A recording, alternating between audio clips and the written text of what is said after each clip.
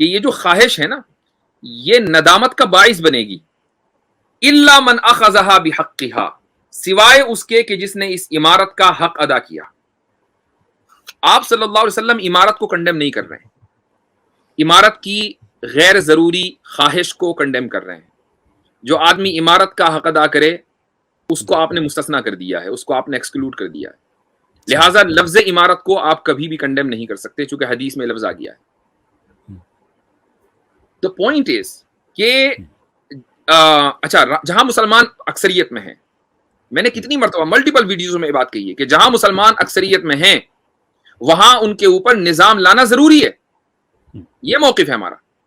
لیکن جب آپ یہ کہتے ہیں کہ ہر مسلمان کے لیے نظام لانا اور نظام کے لیے کام کرنا ضروری ہے, تو پھر آپ وہ مسلمانوں کی اکثریت جو بحیثیت اقلیت کی پوری دنیا میں رہ رہی ہے, یعنی مسلمانوں کی ایک اکثریت جو ہے اس وقت پوری دنیا میں وہ بحیثیت اقلیت کے مختلف ملکوں میں ہے, آپ ان کے لیے بھی کیا کریں گے؟ آپ نے ان کو تو جہنمی بنا دیا فوراً.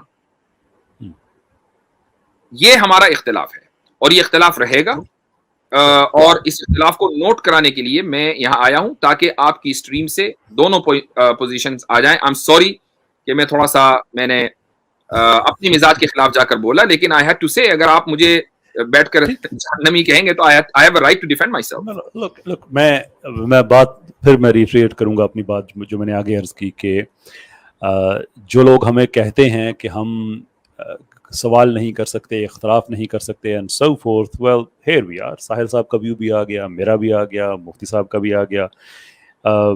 And now we have a lot of information to take with us. جو ہمارا ٹیک اوے ہے کہ سوچوں کو پروسیس کریں.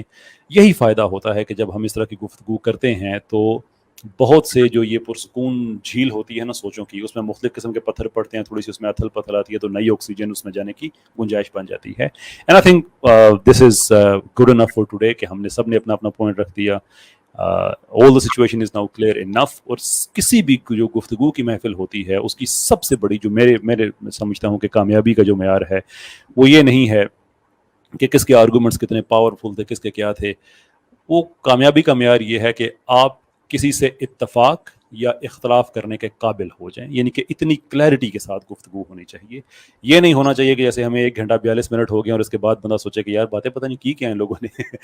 ہوپ فلی آپ یہ نہیں کہہ پائیں گے, ادھر آپ کسی سے اختلاف کریں گے, کسی سے اتفاق کریں گے. اینڈ آئی تھنک اگر یہ بھی ہم نے کر دیا ابھی بھی یہ سوچیں گے کہ بات ہوئی کیا ہے. اس کی وجہ یہ ہے کہ لوگ اس لیے سوچیں گے چونکہ آپ کی ویڈیو کا جو ٹائٹل ہے وہ ہے آئیڈینٹی کرائسس.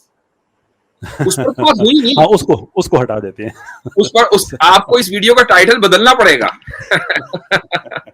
اور اس موضوع پر جو بہت اہم موضوع ہے دوبارہ اسٹریم کرنی پڑے گی. اب قرض رہ گیا کیونکہ لوگ اس کو نہیں انشاءاللہ اس پہ ہم بار میں نے ساحل صاحب سے کہا بھی ہے کہ اس پہ ہم انشاءاللہ مزید باتیں کریں گے. اور کیونکہ ہر جگہ کی مختلف جزیات ہوتی ہیں, ٹیکنیکل ڈیٹیلز مختلف ہوتی ہیں. سو there are number of reasons that we have to have these types of conversations. تو ساحل صاحب کا ان کا کہ آئیڈینٹی جو ہے ہماری نظام سے بندھی ہوئی ہے. میرا ویو اس سے بہت مختلف نہیں ہے, لیکن اس کا جو پروسیس ہے اس سے مختلف ہے کہ میں نہیں سمجھتا کہ ہم ہر وقت فرنٹ فٹ پہ کھیل کے یہ اچیو کر سکتے ہیں. آپ کا ویو جو ہے اس سے بہت مختلف ہے کہ نہیں, مختلف رستے ہیں اللہ تک پہنچنے کے. That's fair enough. میرا خیال ہے دس از اے گڈ پوائنٹ کہ ہم اس بات کو یہاں پہ خلاص کریں. بہت بہت شکریہ, آپ تشریف لائے, آپ کا ویو بھی آ گیا. اگین صاحب کے وہ تشریف لائے.